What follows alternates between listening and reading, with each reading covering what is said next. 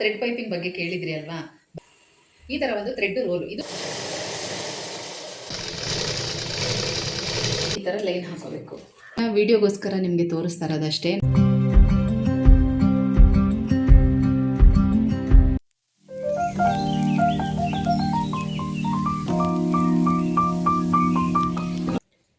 ಎಲ್ರಿಗೂ ನಮಸ್ಕಾರ. ಗೆಳತಿ ದಿನಚರಿಗೆ ನಿಮ್ಮೆಲ್ರಿಗೂ ಸ್ವಾಗತ. ಇವತ್ತಂತೂ ಬಿಗಿನರ್ಸ್ಗೂ ಕೂಡ ಎಲ್ರಿಗೂ ತುಂಬಾ ಉಪಯೋಗ ಆಗೋಂಥ ವಿಡಿಯೋನ ಶೇರ್ ಮಾಡ್ತಾ ಇದ್ದೀನಿ. ಥ್ರೆಡ್ ಪೈಪಿಂಗ್ ಬಗ್ಗೆ ಕೇಳಿದ್ರಿ ಅಲ್ವಾ? ಬನ್ನಿ, ಇವತ್ತು ನಾನು ಥ್ರೆಡ್ ಪೈಪಿಂಗ್ ಮಾಡೋದಕ್ಕೆ ಅಂತಲೇ ಈ ಥರ ಬಟ್ಟೆನ ತೊಗೊಂಡಿದ್ದೀನಿ. ಈಗ ಯೂಶಲ್ ಆಗಿ ಗೋಲ್ಡ್ ಕಲರ್ದು ನಾವು ಬ್ಲೌಸ್ಗಳೆಲ್ಲ ಯೂಸ್ ಮಾಡ್ತೀವಲ್ಲ, ಹಾಕ್ಕೊಳ್ತೀವಲ್ಲ, ಅದೇ ಥರ ಮೆಟೀರಿಯಲ್ಲೇ ಇದು.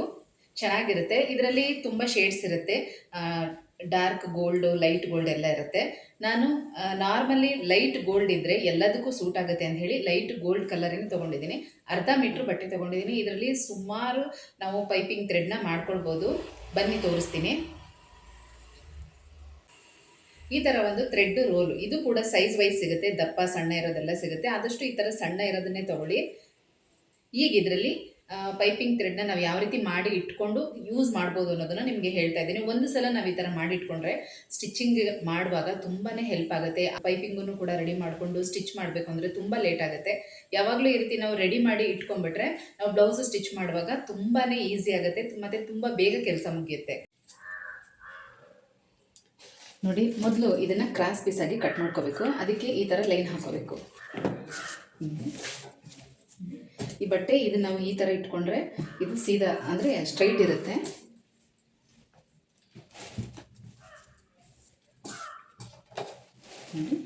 ಈ ಥರ ಕ್ರಾಸಾಗಿ ಲೈನ್ ಹಾಕ್ಕೊಳ್ತಾ ಹೋಗಬೇಕು.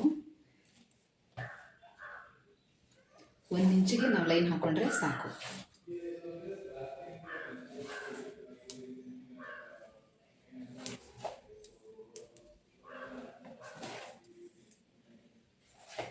ನೋಡಿ, ಈ ಥರ ಪೂರ್ತಿ ಈ ಬ್ಲೌಸ್ ಪೂರ್ತಿ ಲೈನ್ ಹಾಕ್ಕೋಬೇಕು. ಇದನ್ನು ವೀಡಿಯೋಗೋಸ್ಕರ ನಿಮಗೆ ತೋರಿಸ್ತಾ ಇರೋದಷ್ಟೇ. ನಾನು ಲೈನ್ ಎಲ್ಲ ಹಾಕೋಕ್ಕೆ ಹೋಗಲ್ಲ, ಹಾಗೆ ಹಿಂಗೆ ಕ್ರಾಸಾಗಿ ಕಟ್ ಮಾಡ್ಕೊಂಡು ಹೋಗ್ಬಿಡ್ತೀನಿ. ನೀವು ಬಿಗಿನರ್ಸು, ನಿಮಗೆ ಸ್ಟ್ರೈಟಾಗಿ ಕಟ್ಟಿಂಗ್ ಮಾಡೋದಕ್ಕೆ ಕಷ್ಟ ಆಗುತ್ತೆ ಅನ್ನೋದಾದರೆ ಈ ಥರ ಲೈನ್ ಹಾಕ್ಕೊಳ್ಳಿ.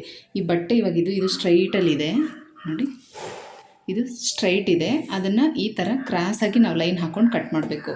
ನಾವು ಈಗ ಬ್ಲೌಸ್ಗೆ ನೆಕ್ ಪೀಸ್ಗೆಲ್ಲ ಯಾವ ಥರ ಕ್ರಾಸ್ ಪೀಸ್ ಕಟ್ ಮಾಡ್ತೀವಿ ಅದೇ ಥರ ಇವಾಗ ಇದನ್ನು ಕಟ್ ಮಾಡ್ಕೋಬೇಕು.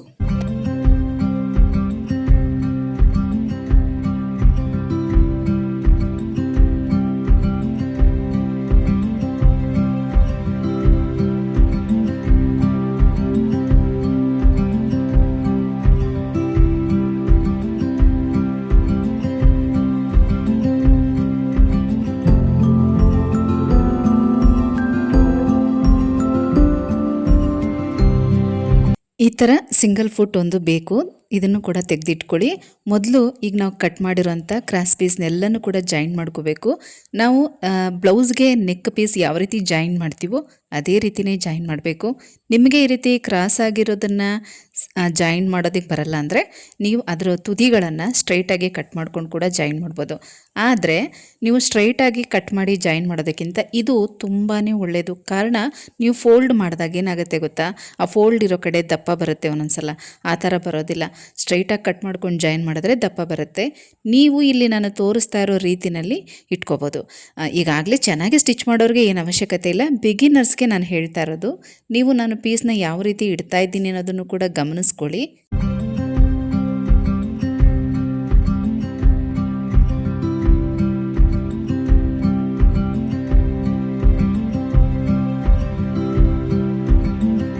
ಬ್ಲೌಸ್ ಪೀಸಲ್ಲಿ ಈ ರೀತಿ ಕ್ರಾಸ್ ಪೀಸ್ ಕಟ್ ಮಾಡಿರೋದ್ರಿಂದ ಎಡ್ಜಸ್ ಕೂಡ ಇರುತ್ತೆ. ಅದನ್ನು ಕಟ್ ಮಾಡಿ ತೆಗಿಬೇಕು. ಇಲ್ಲಾಂದರೆ ನಾವು ಪೈಪಿಂಗಿಗೆ ಫೋಲ್ಡ್ ಮಾಡಿದಾಗ ಮಧ್ಯದಲ್ಲಿ ದಪ್ಪ ಬಂದುಬಿಡುತ್ತೆ.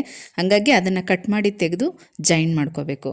ಪೂರ್ತಿ ಈಗ ನಾನು ಎಷ್ಟು ಪೀಸ್ ಕಟ್ ಮಾಡಿದ್ದೀನೋ ಅದನ್ನೆಲ್ಲ ಕೂಡ ಜಾಯಿನ್ ಮಾಡ್ಕೊಳ್ತಾ ಇದ್ದೀನಿ. ಎಲ್ಲ ಪೀಸ್ಗಳನ್ನು ಜಾಯಿನ್ ಮಾಡಿ ಇಟ್ಕೊಂಡಿದ್ದೀನಿ. ಈಗ ಅಲ್ಲಿ ಥ್ರೆಡ್ ಕಟ್ ಮಾಡ್ಕೊಳ್ತಾ ಇದ್ದೀನಿ. ಎಲ್ಲ ಜಾಯಿಂಟ್ ಆಗಿರುತ್ತಲ್ಲ, ಆ ಥ್ರೆಡ್ ಎಲ್ಲ ಕಟ್ ಮಾಡ್ಕೊತಾ ಇದ್ದೀನಿ. ಈಗ ಈ ಫೂಟನ್ನ ಚೇಂಜ್ ಮಾಡ್ಕೋಬೇಕು. ಸಿಂಗಲ್ ಫೂಟನ್ನು ಹಾಕ್ಕೊಂಡು ಇದರೊಳಗಡೆ ಥ್ರೆಡ್ನ ಹಾಕಿ ಸ್ಟಿಚ್ ಮಾಡಬೇಕು. ಈ ಥ್ರೆಡ್ಡು ಸಣ್ಣ ದಪ್ಪ ಎಲ್ಲನೂ ಸಿಗುತ್ತೆ, ನೀವು ನೋಡಿ ತೊಗೊಳ್ಳಿ. ಆದಷ್ಟು ಸಣ್ಣ ಥ್ರೆಡ್ಡೇ ತೊಗೊಳ್ಳಿ. ದಪ್ಪ ಥ್ರೆಡ್ಡು ಕೆಲವೊಂದಕ್ಕೆ ಯೂಸ್ ಆಗುತ್ತೆ, ಸ್ಲೀವ್ಗಳಿಗೆ ಅಂಥದಕ್ಕೆ ಪೈಪಿಂಗ್ ಕೊಡೋಕ್ಕೆ ಯೂಸ್ ಆಗುತ್ತೆ. ಆದರೆ ನೆಕ್ಗೆ ಸಣ್ಣ ಥ್ರೆಡ್ಡೇ ಯೂಸ್ ಆಗೋದು. ಇದನ್ನು ನೋಡಿ ತೊಗೊಳ್ಳಿ. ಮತ್ತು ರೇಟ್ ಕೂಡ ತುಂಬ ಕಡಿಮೆ ಇರುತ್ತೆ. ಒಂದು 80 ರೂಪಾಯಿ ಖರ್ಚು ಮಾಡಿದ್ರೆ 100 ರೂಪಾಯಿ ದುಡಿಬೋದು. ಯಾಕಂದರೆ ಈ ರೀತಿ ಥ್ರೆಡ್ ಪೈಪಿಂಗ್ನ ಹಾಕಿ ಬ್ಲೌಸ್ ಸ್ಟಿಚ್ ಮಾಡಿದಾಗ ಮಿನಿಮಮ್ 30ರಿಂದ 50 ರೂಪಾಯಿ ನಾವು ಎಕ್ಸ್ಟ್ರಾ ತೊಗೋಬೋದು. ಅಂದರೆ ನಾವು ನಾರ್ಮಲಾಗಿ ಏನು ಬ್ಲೌಸ್ಗೆ ಕಾಸ್ಟ್ ತೊಗೋತೀವೋ ಅದಕ್ಕಿಂತ ಏರಿಯಾ ಮೇಲೆ ಡಿಪೆಂಡ್ ಅಷ್ಟೇ. 30ರಿಂದ 50 ರೂಪಾಯಿ ನಾವು ಎಕ್ಸ್ಟ್ರಾ ತೊಗೋಬೋದು. ಯಾಕಂದರೆ ಇದು ನಾರ್ಮಲ್ ಪೈಪಿಂಗ್ ಅಲ್ಲ, ಇದನ್ನು ಪೈಪಿಂಗ್ ನಾವು ಮಾಡೋದಕ್ಕೂ ಕೂಡ ಟೈಮ್ ಹಿಡಿಯುತ್ತೆ. ಹಾಗಾಗಿ ಕಸ್ಟಮರ್ ಕೂಡ ಇದ್ರ ಬಗ್ಗೆ ಏನು ಇದು ಮಾಡ್ಕೊಳ್ಳಲ್ಲ. ಯಾಕಂದರೆ ಅವ್ರಿಗೆ ಫಿನಿಶಿಂಗ್ ಚೆನ್ನಾಗಿರಬೇಕು, ಬ್ಲೌಸು ನೋಡೋದಕ್ಕೆ ಚೆನ್ನಾಗಿ ಕಾಣಿಸ್ಬೇಕು, ಹಾಗಾಗಿ ಕೊಟ್ಟೇ ಕೊಡ್ತಾರೆ. ನಾವು ರೆಡಿ ಮಾಡ್ಕೊಂಡಿರೋಂಥ ಗೋಲ್ಡ್ ಕ್ರಾಸ್ ಪೀಸ್ ಮೇಲೆ ಈ ಥ್ರೆಡ್ಡನ್ನು ಮಧ್ಯಭಾಗದಲ್ಲಿ ಕರೆಕ್ಟಾಗಿಟ್ಟು ಸ್ಟಾರ್ಟಿಂಗಲ್ಲಿ ಸ್ವಲ್ಪ ರಫ್ ಹೊಡ್ಕೊಂಡು ನೀಟಾಗಿ ಆ ದಾರದ ಪಕ್ಕದಲ್ಲೇ ಸ್ಟಿಚ್ ಹಾಕ್ತಾ ಬರಬೇಕು. ನೀವೆಷ್ಟು ಟೈಟಾಗಿ ಸ್ಟಿಚ್ ಹಾಕ್ತಿರೋ ಅಷ್ಟು ಕೂಡ ಪೈಪಿಂಗ್ ಸಣ್ಣದಾಗಿ ಒಂದು ಚೂರು ರಿಂಕಲ್ಸ್ ಇಲ್ಲದ ಹಾಗೆ ನೀಟ್ ಫಿನಿಶಿಂಗಲ್ಲಿ ನಿಮಗೆ ಪೈಪಿಂಗ್ ಥ್ರೆಡ್ ರೆಡಿ ಆಗುತ್ತೆ. ಒಂದು 2 ಅವರ್ಸ್ ಟೈಮ್ ಕೊಟ್ಟು ನೀವು ಒಂದು ಸಲ ಈ ರೀತಿ ಮಾಡಿ ಇಟ್ಕೊಂಬಿಡಿ. ನಿಮಗೆ ತುಂಬಾ ಯೂಸ್ ಆಗುತ್ತೆ ಮತ್ತು ತುಂಬ ಟೈಮ್ ಕೂಡ ಸೇವ್ ಆಗುತ್ತೆ. ಬೇಕು ಅಂದ ತಕ್ಷಣ ಪೈಪಿಂಗ್ ರೆಡಿ ಇರುತ್ತೆ, ನೀವು ಆರಾಮಾಗಿ ಸ್ಟಿಚ್ ಮಾಡ್ಕೋಬೋದು. ಕೆಲವು ಸಲ ಈ ಬ್ಲೌಸ್ಗೆ ಸೂಟ್ ಆಗುತ್ತೆ ಅಂತ ಗೊತ್ತಿದ್ರೂ ಕೂಡ ನಮ್ಮ ಹತ್ರ ಪೈಪಿಂಗ್ ಥ್ರೆಡ್ಗಳು ರೆಡಿ ಇಲ್ಲ ಅಂತಂದರೆ ಇಗ್ನೋರ್ ಮಾಡಿಬಿಡ್ತೀವಿ. ಅಯ್ಯೋ ನೋಡ್ಕೊಳ್ಳೋಣ ಬಿಡು, ಈಗ ಯಾರು ಮತ್ತೆ ಪೀಸ್ ತಂದು ಅದು ರೆಡಿ ಮಾಡಿ ಯಾರು ಅಟ್ಯಾಚ್ ಮಾಡೋರು ಅಂತ. ಹಾಗಾಗಿ ಯಾವಾಗಲೂ ಈ ರೀತಿ ನಾವು ರೆಡಿ ಮಾಡಿ ಇಟ್ಕೊಂಡ್ಬಿಟ್ರೆ ಆರಾಮಾಗಿ ನಾವು ಸ್ಟಿಚ್ ಮಾಡ್ಬೋದು. ನಾನಿಲ್ಲಿ ಎಷ್ಟು ಮೀಟ್ರ್ ಆಗಿದೆ ಅಂತ ಅಳತೆ ಮಾಡಿಲ್ಲ, ಯಾಕಂದರೆ ವಿಡಿಯೋಗೆ ನಾನು ಪೂರ್ತಿ ಮಾಡಿ ತೋರಿಸಿಲ್ಲ, ಒಂದು ಅರ್ಧದಷ್ಟು ಮಾತ್ರ ಮಾಡಿದ್ದೀನಿ.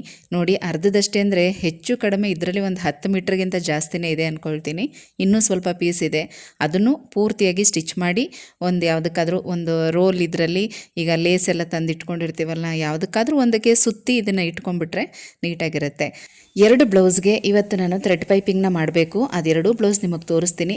ಈಗ ಥ್ರೆಡ್ ಲೂಪನ್ನು ಯಾವ ಥರ ಮಾಡ್ಕೊಳ್ಳೋದು ಅಂತ ನೋಡಿದ್ರಿ ಅಲ್ವಾ, ತುಂಬಾ ಈಸಿ ಮೆಥಡ್ ಮತ್ತು ಖರ್ಚು ಕೂಡ ಕಡಿಮೆ ಬೀಳುತ್ತೆ ನಮಗೆ. ಈ ಬಟ್ಟೆಗೆ 100 ರೂಪಾಯಿ ಅಥವಾ 120 ರೂಪಾಯಿ ಇರುತ್ತೆ ಅಂದ್ಕೊಳ್ಳಿ ಮೀಟ್ರು, ಕ್ವಾಲಿಟಿ ಮೇಲೆ ಹೋಗುತ್ತೆ. ನೀವು ಯಾವ್ದು ಬೇಕಾದ್ರೂ ತೊಗೋಬೋದು. ನನಗಿಲ್ಲಿ ಇದು 100 ರೂಪಾಯಿಗೆ ಸಿಕ್ತು, ಅರ್ಧ ಮೀಟ್ರ್ ತೊಗೊಂಡಿದ್ದೀನಿ, 50 ರೂಪಾಯಿ ಆಯಿತು. ಇನ್ನು ಆ ದಾರ ಬಂದು ನಮಗೆ 30 ರೂಪಾಯಿಗೆಲ್ಲ ಸಿಗುತ್ತೆ. ಇನ್ನು ಸಣ್ಣದು ಬೇಕು ಅಂದರೆ ಕಡಿಮೆಗೂ ಸಿಗುತ್ತೆ, ಇನ್ನು ದಪ್ಪದು ಬೇಕು ಅಂದರೆ ಜಾಸ್ತಿಗೆ ಸಿಗುತ್ತೆ. ಒಂದು ಸಲ ತಂದಿಟ್ಕೊಂಡ್ರೆ ನಮಗೆ ಯೂಸ್ ಆಗುತ್ತೆ. ಹಾಗಾಗಿ ನಾನು ಅದು 30 ರೂಪಾಯಿದು ಒಂದು ದಾರದ್ದು ರೋಲ್ ತೊಗೊಂಡಿದ್ದು. ಟೋಟಲ್ 80 ರೂಪಾಯಿ ಖರ್ಚು ಮಾಡಿದೆ. ಆದರೆ ಎಷ್ಟು ಬ್ಲೌಸ್ಗೆ ನಾವು ಇದನ್ನು ಅಟ್ಯಾಚ್ ಮಾಡ್ಬೋದಲ್ವ. 2 ಬ್ಲೌಸಲ್ಲಿ ನಾವು ಇದಕ್ಕೆ ಇನ್ವೆಸ್ಟ್ ಮಾಡಿರೋ ದುಡ್ಡು ನಮಗೆ ಬಂದ್ಬಿಡುತ್ತೆ. ಇನ್ನು ನೆಕ್ಸ್ಟ್ ನಾವು ಹಾಕೋದೆಲ್ಲ ನಮಗೆ ಲಾಭನೇ. ಹಾಗಾಗಿ ಯಾವಾಗಲೂ ಅಷ್ಟೇ ಈ ರೀತಿ ಮಾಡಿಟ್ಕೊಳ್ಳಿ, ನಿಮಗೆ ತುಂಬ ಯೂಸ್ ಆಗುತ್ತೆ. ಜೊತೆಗೆ ಬರೀ ಗೋಲ್ಡ್ ಮಾತ್ರ ಅಲ್ಲ, ಬೇರೆ ಬೇರೆ ಕಲರ್ಸು ಕೂಡ ಅಷ್ಟೇ. ಈಗ ಸಾಫ್ಟ್ ಸಿಲ್ಕ್ ಬಟ್ಟೆಗಳಲ್ಲಿ ನೀವು ಬ್ಲೌಸು ಏನಾದರೂ ಸ್ಟಿಚ್ ಮಾಡಿರ್ತೀರಾ, ಅಥವಾ ಈಗ ಗೌನ್ಗೆ, ಡ್ರೆಸ್ಸಸ್ಗೆ ಈ ಥರದ್ದೆಲ್ಲ ಸ್ಟಿಚ್ ಮಾಡಿದರೆ ಅದರಲ್ಲಿ ಏನಾದರೂ ಸ್ವಲ್ಪ ಜಾಸ್ತಿ ಬಟ್ಟೆ ಉಳಿದ್ರೆ ನೀವು ಫ್ರೀ ಟೈಮಲ್ಲಿ ಅದರಲ್ಲೂ ಕೂಡ ಅಷ್ಟೇ ಕಲರ್ ನೀವು ಈ ರೀತಿ ಪೈಪಿಂಗ್ ಮಾಡಿಟ್ಕೊಂಡ್ರೆ ಸಾಕಷ್ಟು ಬ್ಲೌಸ್ಗಳಿಗೆ ಕಾಂಟ್ರಾಸ್ಟ್ ಕಲರಾಗಿ ಯೂಸ್ ಮಾಡ್ಬೋದು.